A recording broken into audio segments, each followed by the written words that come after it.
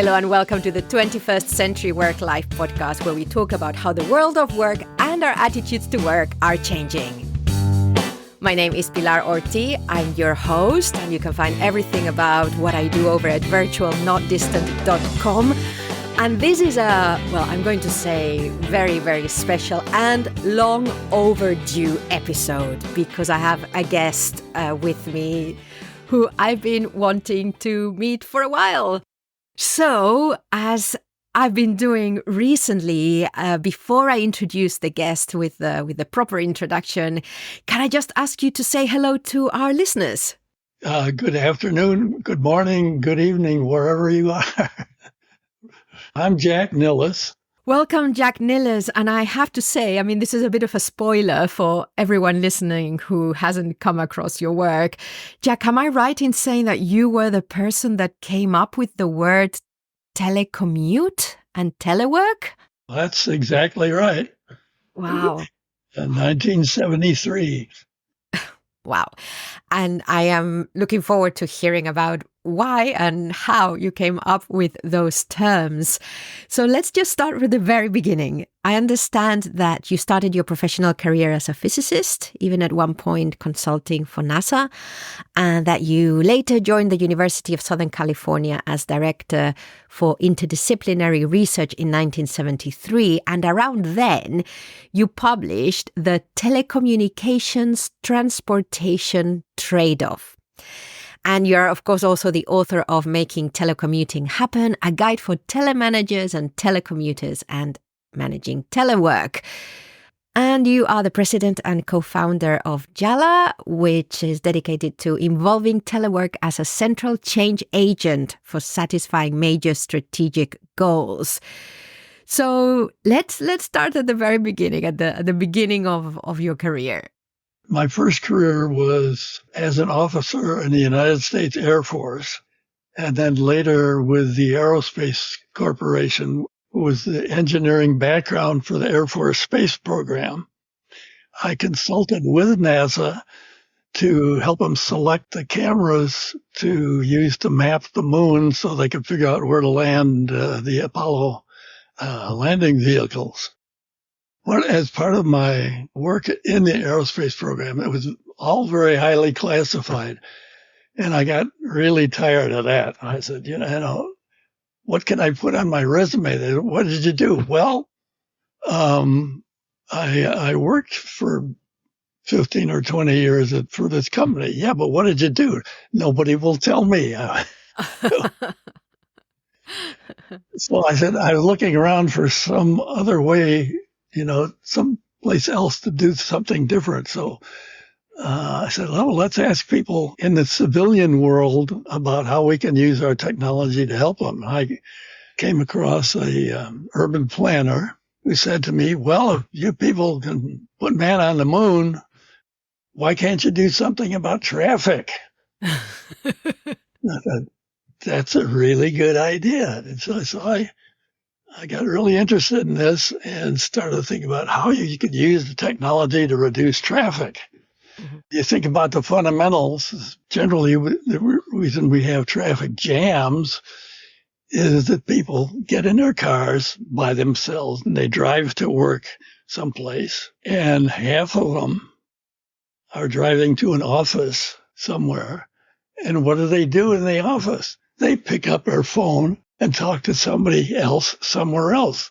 I said, why do they have to go to their office to do this? Why can't they just do it at home?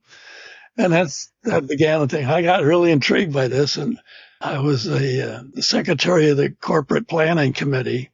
And I said, hey, guys, why don't you support a little experiment of having our people work at home, or at least some of them? And I said, we want to find out what the effects of this might be. He said, well, what would it take to calibrate it? And I said, well, we'd probably have to hire a lawyer or two and maybe a sociologist and some psychologists. And they said, forget about it. We're engineers. We don't deal with this touchy-feely stuff.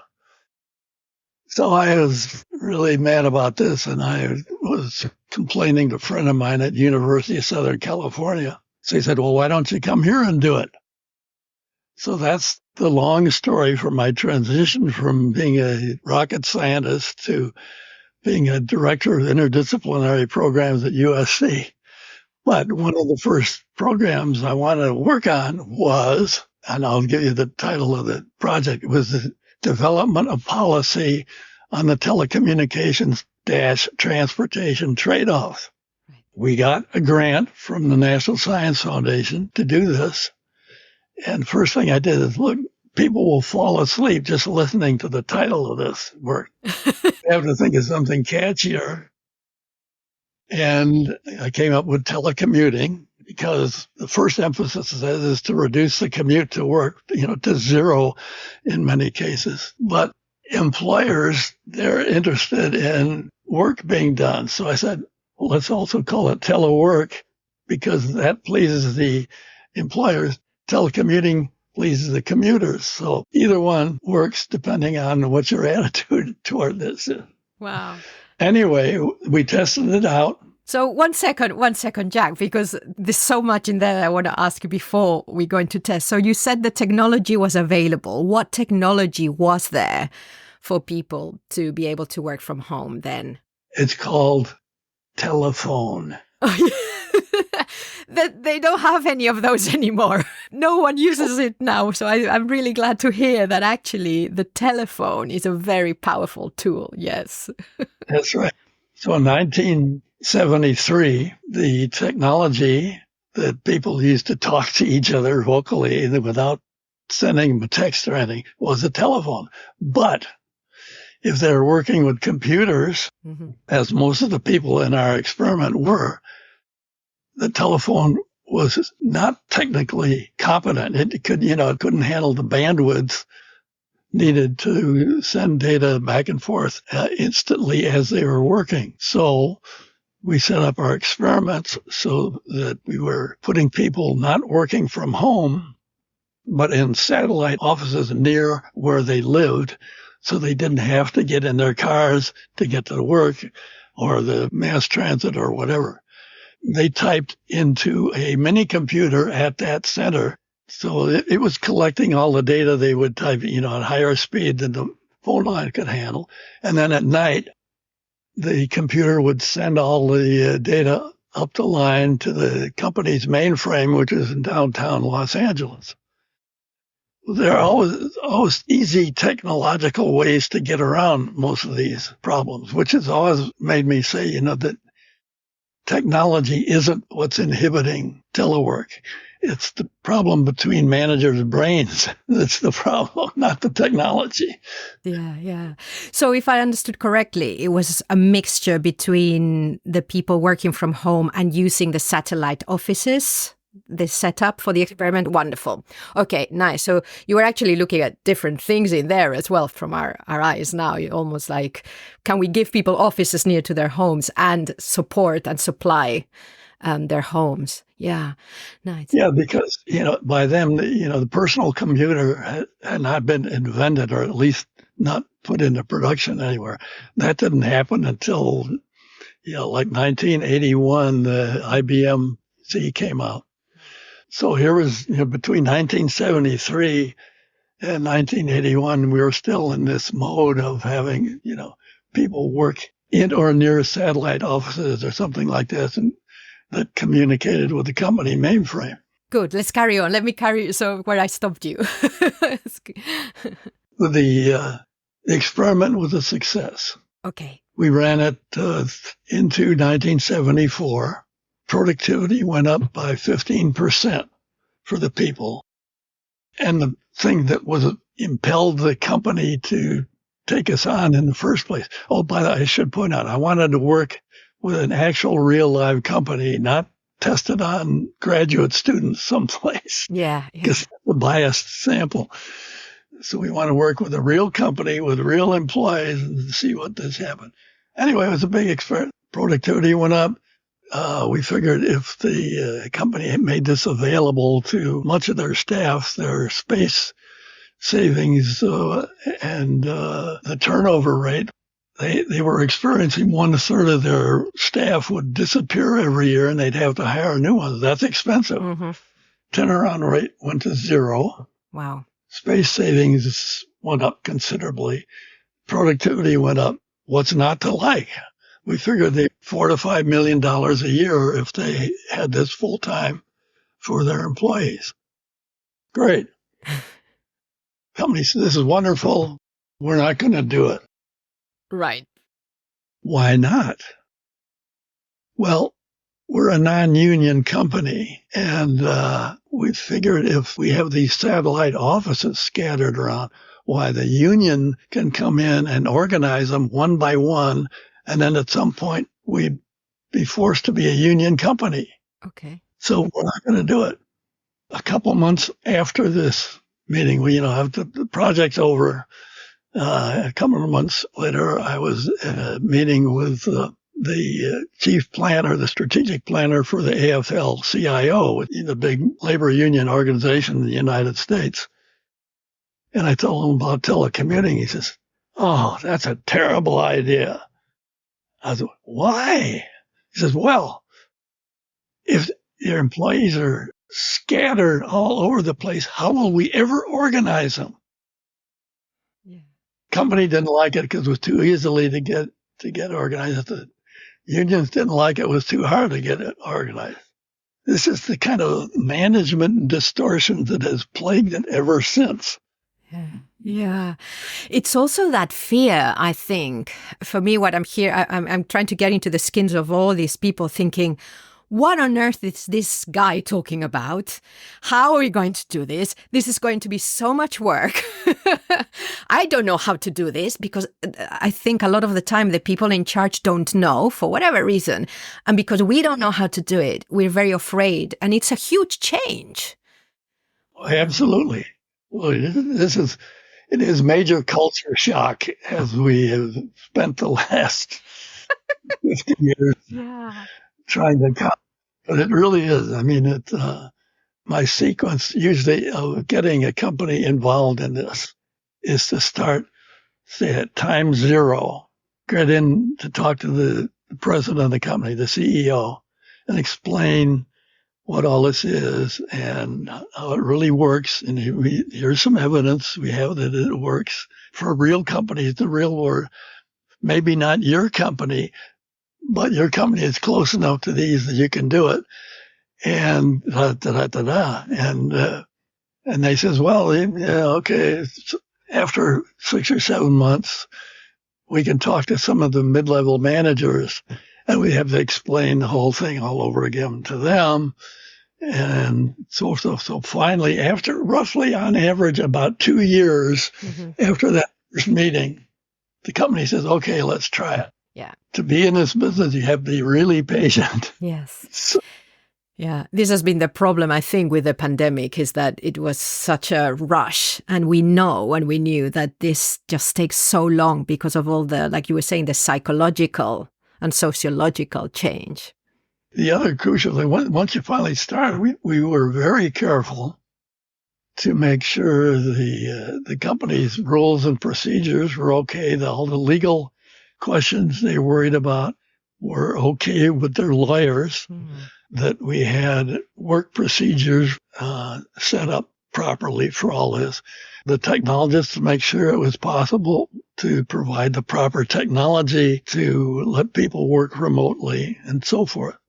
They got all this ready. Then we started training people, explaining first to the potential telecommuters what this was about. Here's the idea, you work at home. But that doesn't mean you don't have to work. You still have to work. You can't watch television and play with the kids. You have to get the work done. But not necessarily during normal working hours when it suits you. And they go, see, that's interesting. We talk to the middle managers, and this is the hardest bunch. No, your job won't go away. You're still going to be needed, but you're going to have to become a leader instead of just the accountant to make sure everybody's looking busy. Because as Tom Peters used to say, well, he was afraid of management by walking around. And I said, Tom, you can't walk around because they're not there. Yeah. What did he say to that? He grumbled. He said, well, yeah. So, Jack, what happened then between you doing out of curiosity and wanting to solve a problem? You set up this experiment with the company, you showed the benefits, and then they said in all sorts of ways, no. What did you do then? How did you get from that experiment that was a good experiment to then helping companies? What happened with your career? I tried to get more support for more experiments because it's just one company. Mm-hmm. And I want to set it up so that we could prove this for diverse sorts of companies, not just the insurance company. Everybody knows they do paperwork, but yeah, any kind of company, it's possible for this to happen. So I thought, well, let's try to get some federal support because if we can reduce traffic, that's something. So I went to the Department of Transportation. I thought, hey, I've got this system of reducing automobile use to cut down all the traffic jams we have because people will be working at home instead of getting in their cars and clogging up the freeways. And the answer was, no, you don't understand. Our mission is to make automobiles more efficient and traffic flow more efficient, not to get rid of it. Why would you want to do that? Yeah. So then I went to the Department of Energy and said, hey, look, you may not realize it yet, but energy is going to be a major global problem because we're using we're digging up fossil fuels at a rate that the atmosphere won't be able to withstand it. So what I want to do is get people out of their cars because traffic by cars, automobiles in 1973 was about 25% of the air pollution, of the carbon dioxide going in the atmosphere. So I said, let's stop this. We have to stop it sooner or later. That message clearly still hasn't gotten through yet. And we had to cut down use of fossil fuels. And I said, no, you don't understand. Our job is to make internal combustion motors more efficient, not to get rid of them. This is before EVs were lighting up everybody's mind. And agency after agency after agency I went with, they all gave me this. This is not our mission. Our mission is to make X better instead of doing Y, which is sort of at an edge of what we do. So, and then I got a few more companies involved in this, and this lasted, through the early 80s. Lots of proposals, lots of rejections, but I've discovered how stubborn I can be after a while. I kept at it. And then around 1984, we finally got together a coalition of Fortune 100 companies at last. And they all supported another set of experiments in each company. I'll do this. And sure and behold, it worked. So we had major, Fortune 100 companies were involved in telecommuting, and it worked for them. There was only one hitch. Well, you can say it's good, but you can't mention us in what you say about it. So it was great, but we don't want our name associated with it. Right. Wow. I mean, if I have this new method where all I have to do is buy a little bit of technology and train people to work differently and save all this money, cut down my expenses enormously, why should I tell my competitors about it? Okay. Wow. So anyway, so that was another great experiment. I could say, I mentioned we did this great thing, and they say, well, who'd you do it with? Never mind. We did it with big companies. Yeah. Wow. All right, 1985, thereabout, 84, a fellow came to me named David Fleming, who was working with the General Services Department of the state of California in Sacramento. And he said, I have this problem. I'm trying to figure out how to take care of an expanding workforce, and we don't want to use any real estate to do it. We just don't have office space for them. Mm-hmm. And I read them to someplace. So can you help us out? And I said, a chance to do this where I can tell people what the results of the experiment were and tell them who it was with and so forth. So over a period of, from that time on through most of 1980s, we did a preliminary study of how we would do this. Again, I made sure that we would involve many different departments of the state. So you could say it only works for these guys, not those guys. I know it works for everybody.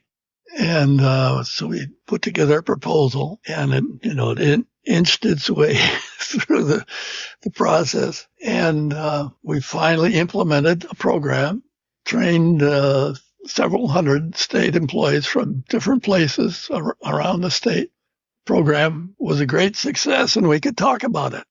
And one of the interesting sort of completely unplanned for events was the Loma Prieta earthquake about the middle of coastal California. And the state of California had a planning office in downtown San Francisco. And the earthquake damaged that office enough that it shut down and nobody could work in the office for about 2 weeks, except the telecommuters we had trained, who were right on working from home.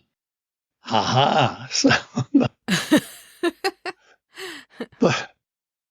but still they were expense. This kept going on and on. I had more companies kind of inching their way into this, but don't tell anybody about us.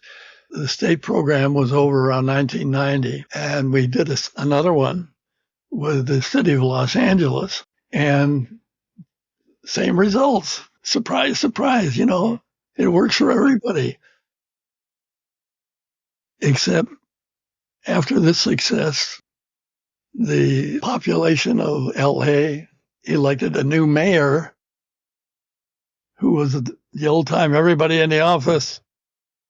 They canceled the program. Wow. And other corporations that we work with, we'd start a program, we get it going, and it works successfully. We're about to spread it around. They change presidents of the company, typically a lawyer or somebody from the old industrial days, and says, no, we can't do it. This is crazy. Never mind, we show it works. Don't bother me with facts. My mind's made up. We're over. Yeah. I was thinking, what's the magic number, the thing we can use to really get people's attention, saying this is serious. It has major side effects beside your company doing better as a result of it. If we cut down pollution, if we cut down fossil fuel energy use, there are lots of benefits that you're not even thinking about yet. Yeah. And I couldn't come up with it until finally the answer came. Pandemic. Right. Let's pause again because I have so many questions again. One is a reflection of how we were saying earlier when your first experiment, how you needed lawyers involved, you needed the person who were going to support with the technology, you needed training. It's a big collaborative effort introducing remote work. And then COVID comes in, all of a sudden everybody is thrown out of their office. Most of them have no experience with doing this. They don't have no idea what they're doing. I thought, oh God. Yes. What are we doing now? Because also what you're saying as well, which I think you were trying to explain, and I think we are still trying to explain, is that, of course, you mentioned this is not for everyone. Not all the jobs can be done, but there are wide benefits. I mean, of course, there's also drawbacks, but we focus on the benefits. There are also wide benefits to society, to the economy, to people's lives that go beyond people being able to work in their pajamas. Yep. So it's really like a big imagination exercise, actually, because it expands beyond us. Yeah, but well, did you get a chance to see the documentary on it? I did. And before we go into that, so the documentary is called Work Different, and I'll put the link in the show notes. It's on the National Film Board of Canada's website. So carry on. It's a great show of tunnel vision.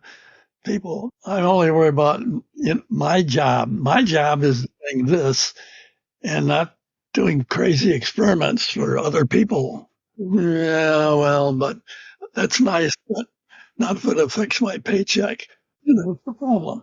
Yes, it is very, very tricky, and especially, I mean, the whole pandemic thing was survival as well. We were all on survival mode in companies.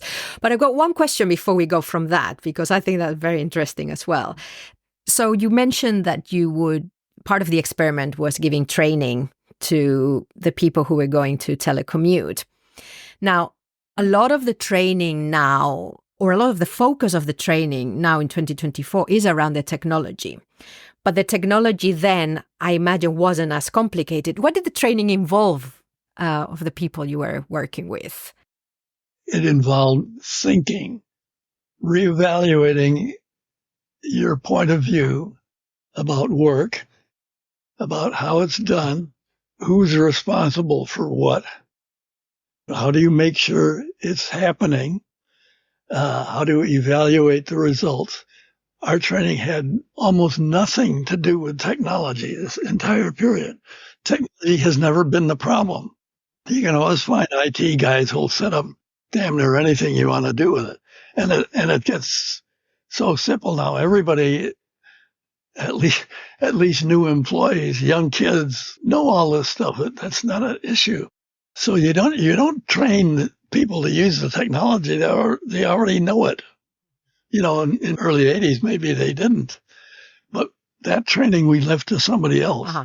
We traded on thinking about managing yourself and other people and communicating with each other properly and frequently so that everybody felt included, not remote.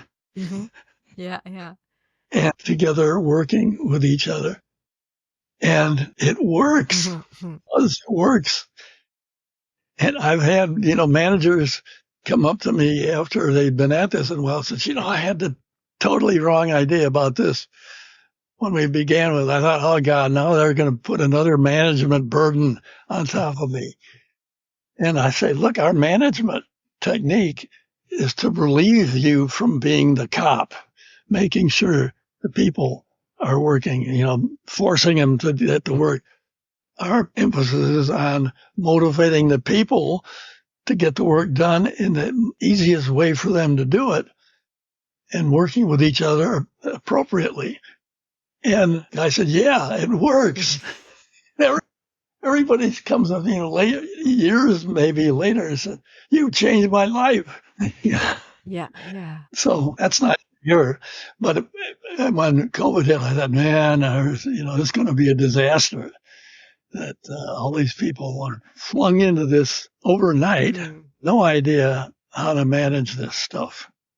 But most of them have managed, there's still a lot of people struggling with this, but people given the motivation, like you go to the office or you're going to die, they learn a lot faster. Yeah. God, Were you working with companies during the pandemic? Do you still work with companies? What's your relationship now with the world of remote working? I have not worked with any companies during or since the pandemic. I am actually more concentrated now on the broader picture of global warming. Telecommuting is an important part of it, but there's lots of other managers have to get their heads turned around on different topics. So global warming, now people are starting to notice it's real. Mm-hmm. In 1970, they said, what is this? What are you talking about? But now people are beginning to notice and saying, why doesn't somebody do something about this? And I'm trying to get the people to know, who's going to have to do something about this? You. You're going to have to start thinking life differently, your objectives and how you're using the material universe, fossil fuels particularly. You got to get yourself unleashed from the oil companies because they're going to be too old for global suicide. I won't be alive then, but don't say I didn't warn you. Well, already back in the 70s, you were saying, I know a solution to this. Well, one of the many, and it took a while to get that. And the same, the world as a en masse takes a while to catch up to a lot of these things. Yeah. I'm really interested in how you think that with the new generations who were born into a completely different world of work. So, for example, I'm thinking of, in fact, in this documentary, I think there was mention of young people struggle at work. They need more to be around other people. And so when you're teleworking, but sometimes, and I'd like to hear your take on this. Sometimes I think that this is being seen through the lens of someone whose career went like that. Like my generation as well, going into an office but with your crystal ball, changing how we work, not just for the better of work, to solve other problems. How do you see the younger generations handling that? I think they'll do a lot better at it than I have, because there will presumably be less resistance to their doing it. But there is one point that I do make. It is probably necessary for a young, new employee who's never been in the workforce before to be in an office with other people for some time to get acclimated to the way companies work, who talks to do what's the gossip method here, and if I have a problem, who do I call, this sort of stuff. And that needs a certain amount of face-to-face interaction. I wrote a blog on this a couple of months ago, what you need to be successful. And then another one later that says what you should not use telework for, and that's new employees need to have some orientation time for maybe as long as 3 or 4 months, not forever. Okay. Yeah. Once they figured out how the company works, how they get to know a few people, know who does what and who does what and to whom, and get a feel for it, then you've got the technology for them to still keep in touch with each people. You also, when you come to crisis times, such as developing a new project, what are we going getting organized, basically, to head off in some other direction.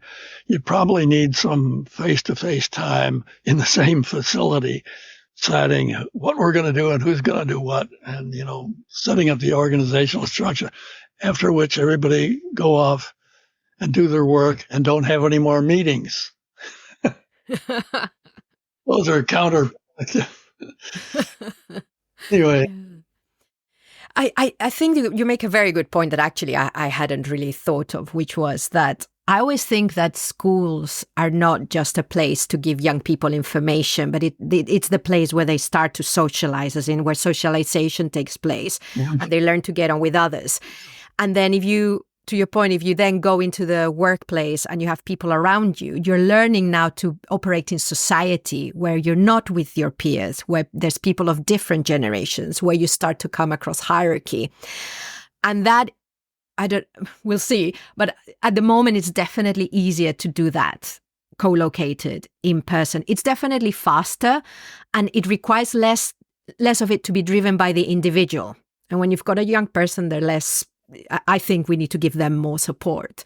So I think that's really interesting that the online space needs so much deliberate action and self-directed action that if we're bringing people into the workforce, a good level of face-to-face, in-person contact is necessary, not just for their job and for them to learn the jobs, but for them to start to operate in this new stage of their life. Right. Actually, why I do not recommend people working from home full time. And we've mapped this, productivity goes up with the amount of days per week you're working at home until Wednesday, Thursday, and then if it's more than 3.5, 4 days a week, it starts going down.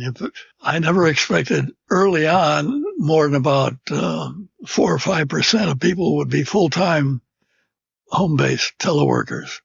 Did a survey of the United States in 2000, and that number went up to 8%. So it's twice of what I thought originally, but still, it's a relatively small number of full-time workers. The problem people are having now is trying to sort out what that number is the best for your group, your company, whatever. How many days at home? How many in the office? How variable is this? And so forth. So that's a period of adjustment. And I figure that's going to take, 2 or 3 years still, probably. Well, I'm still hoping that having accepted that it can happen, having accepted that people can work away from the office and still do a good job, having accepted that there is a variety, that we'll get all this wide range of options so that people can adjust and adapt and find a better fit, at least to the work location. When we tested these projects, we always had a control group, telecommuters, and of their co-workers who have as identical jobs as possible to them. And we compare the two at intervals throughout this thing. And aside from their productivity, the teleworkers feel more creative, less stressed. Their medical bills go down. Okay.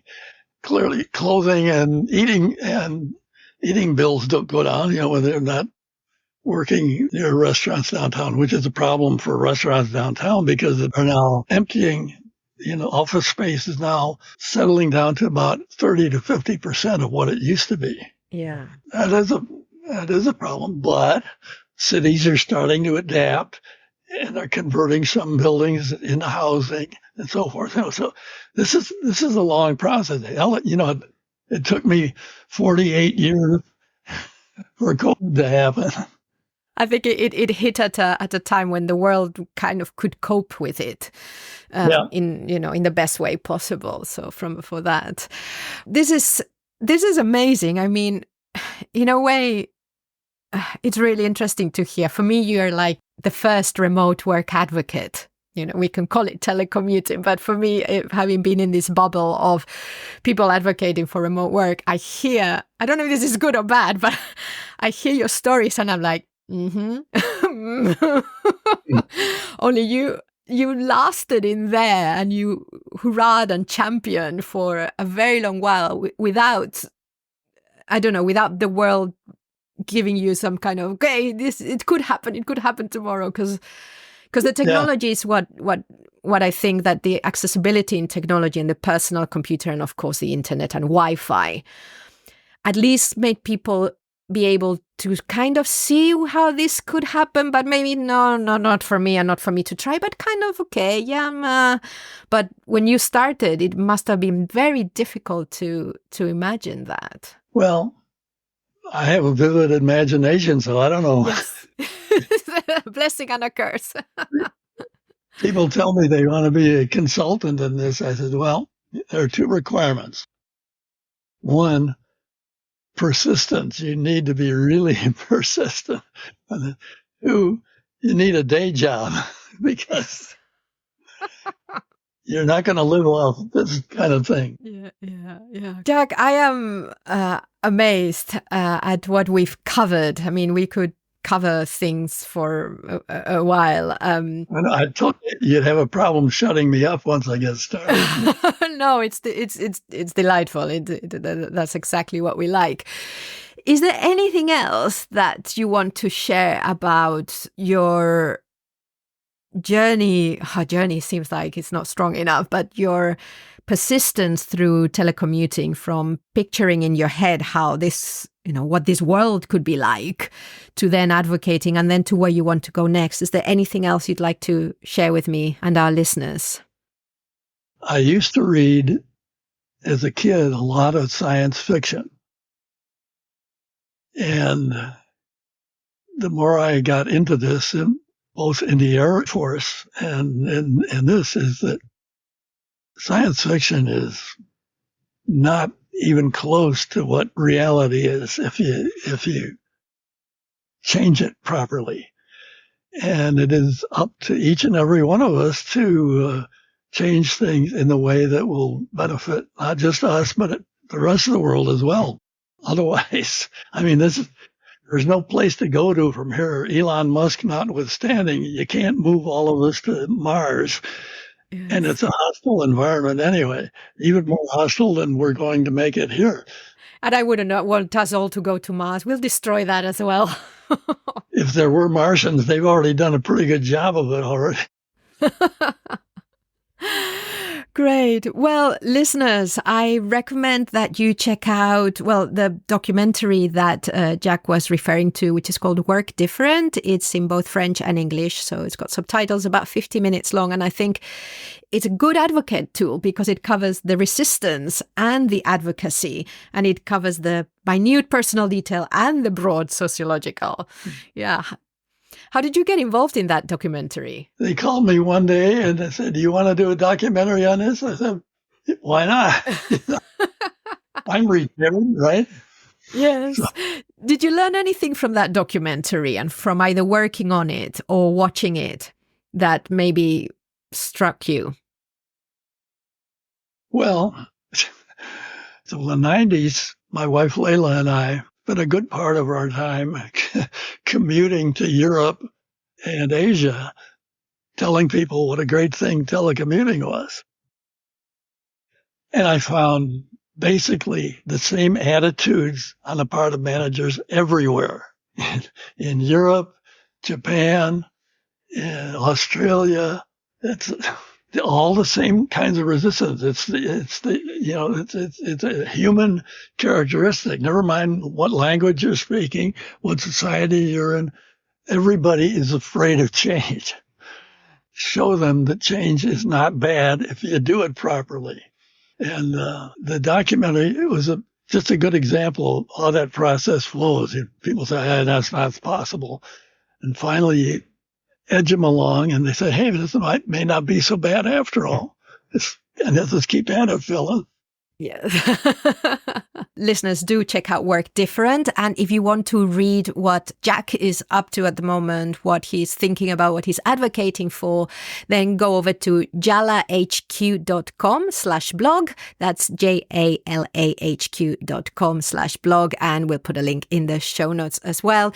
And you can also, if I can find my notes, you can also email him at jnilles@jalah.com. Was that right? Yep. Well, Jack, thank you so much. It's been such a pleasure. Thank you very much for recommending the documentary for our newsletter readers as well. I'm so glad you reached out. It's been long overdue. I was a little bit starstruck. I remember some time ago you left a comment on our blog a very long time ago, and I was like, no, what? Surely. So I'm really, really delighted to have finally met you. Thank you, Jack. It was a pleasure talking with you, Pilar. It was lots of fun, and keep it up. We'll try.